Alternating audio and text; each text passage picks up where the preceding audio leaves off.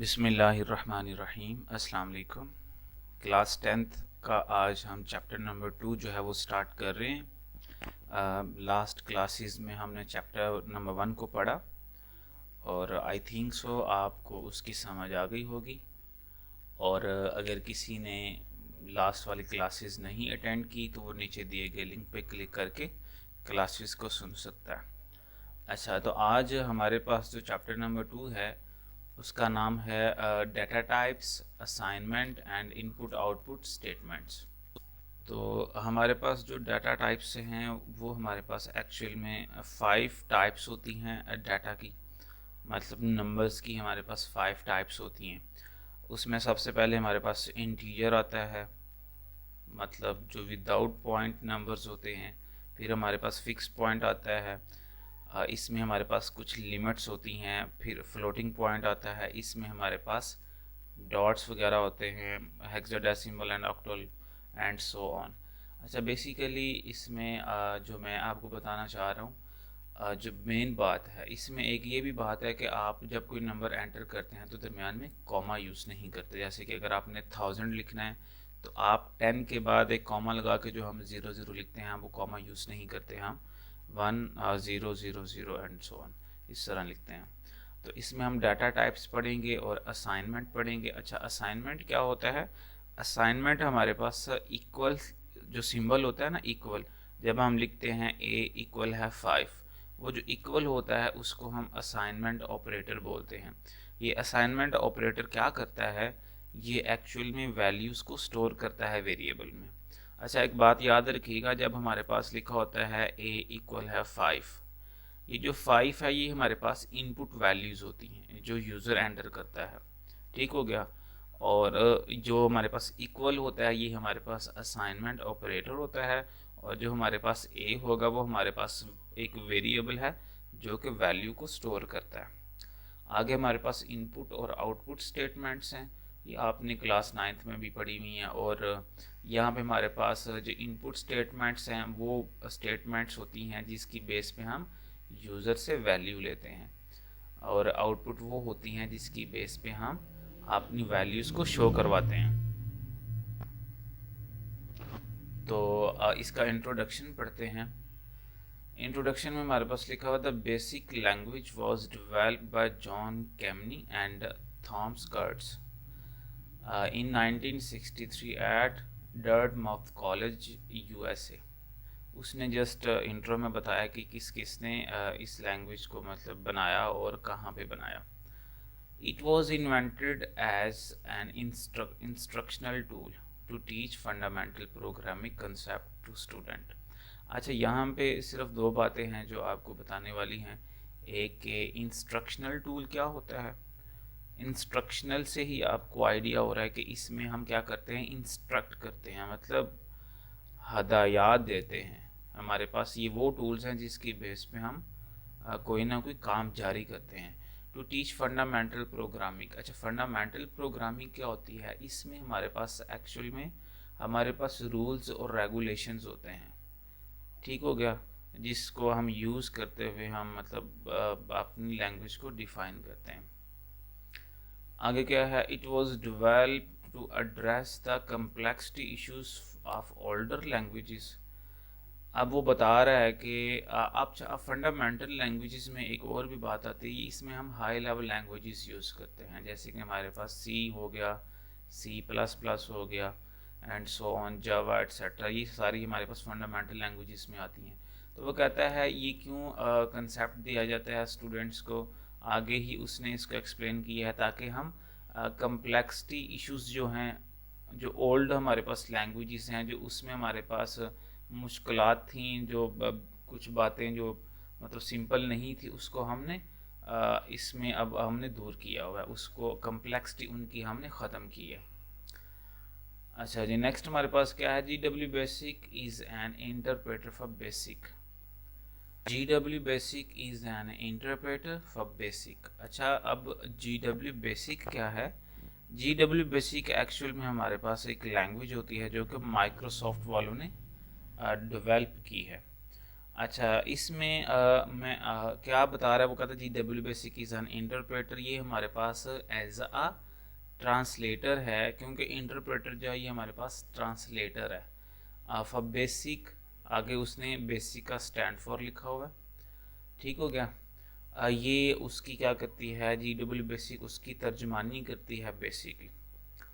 There are many other translator, जैसे कि हमने नाइन्थ में भी पढ़ा है, हमारे पास तीन तरह के ट्रांसलेटर होते हैं, कंपाइलर, इंटरप्रेटर और असेंबलर। तो वो यहाँ बता रहा है कि there are many other translator, compiler and interpreter for BASIC from different vendors such as Quick BASIC. अच्छा, वेंडर्स क्या होते हैं, ये हमारे पास सेलर होते हैं, वो कहता है जो सेल्स करते हैं।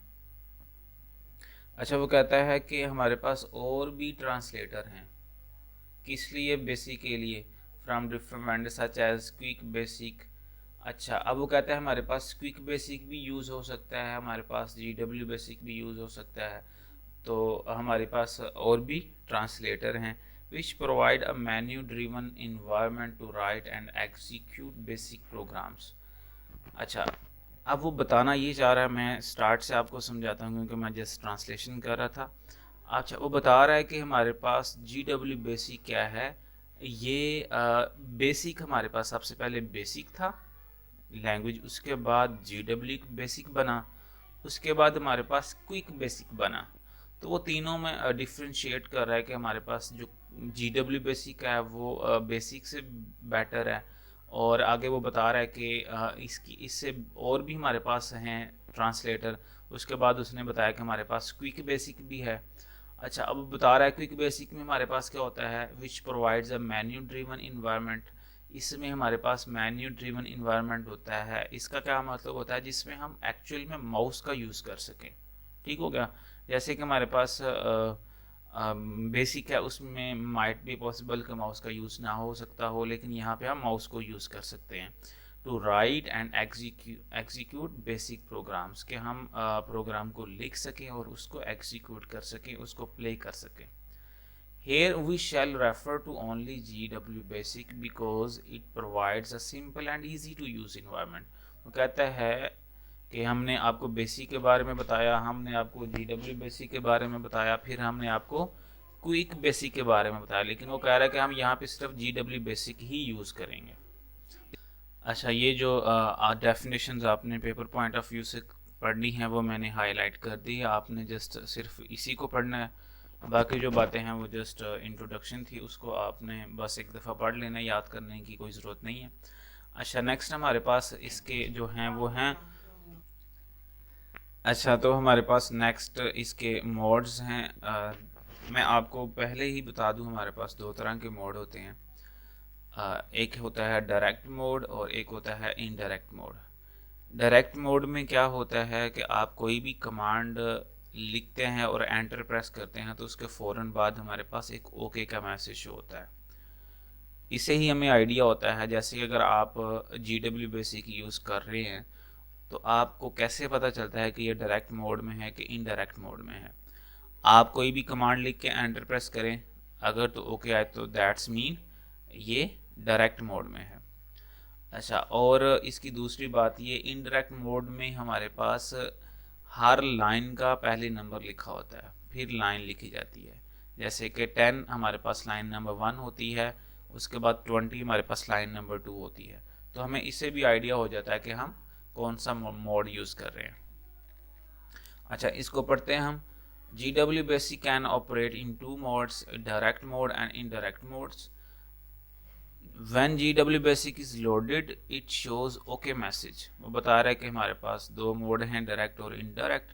वो कहता है GW Basic जब लोड होती है, जब चलती है तो पहले मैसेज आता है OK, जैसे कि आप स्क्रीन पे भी देख सकते हैं हमारे पास फिगर 2.1 पे सबसे पहले OK का मैसेज आया हुआ है, ठीक होगा। जब भी ये चलती है तो पहले OK का मैसेज आता है।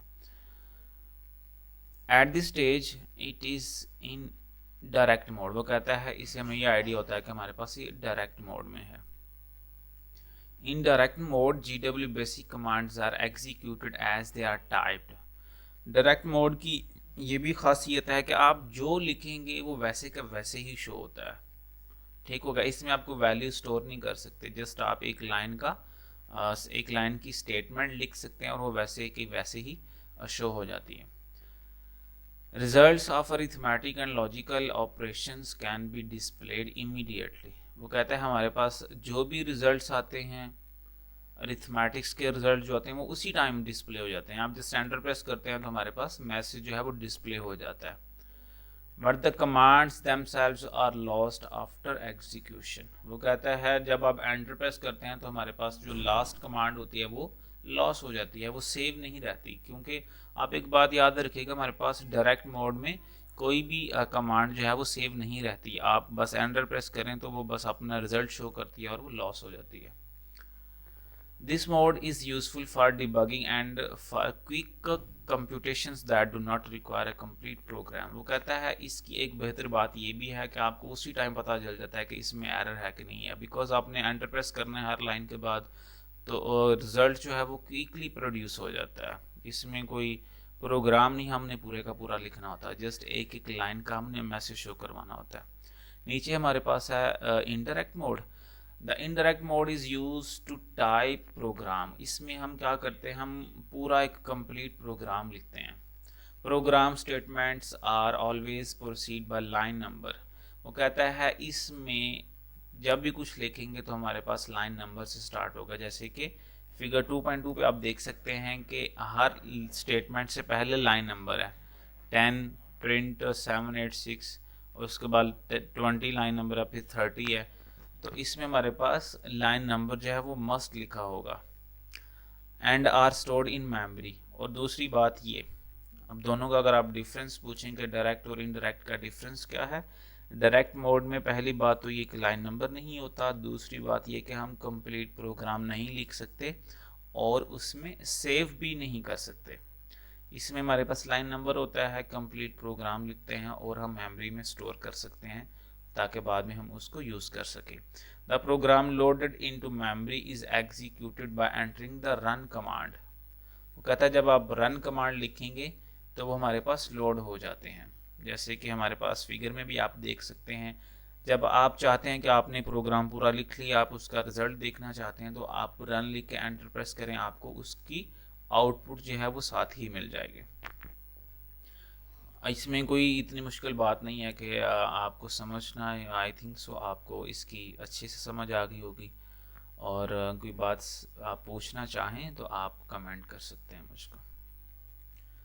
और नीचे उसने थोड़ा सा उसको एक्सप्लेन किया हुआ, GW BASIC commands are executable instruction which are operated in the direct mode.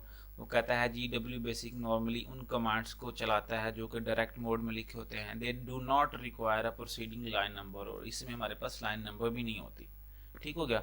GW BASIC statements are written as a program and each statement is proceed by line number. वो कहता है पहले उसने डायरेक्ट मोड की बात की है और अब वो इनडायरेक्ट मोड की बात कर रहा है। वो कहता है कि इसमें आप कंप्लीट प्रोग्राम लिख सकते हैं और विद लाइन नंबर लिख सकते हैं आप। ठीक होगा, ये बात मैंने आपको पहले ही एक्सप्लेन कर दी है।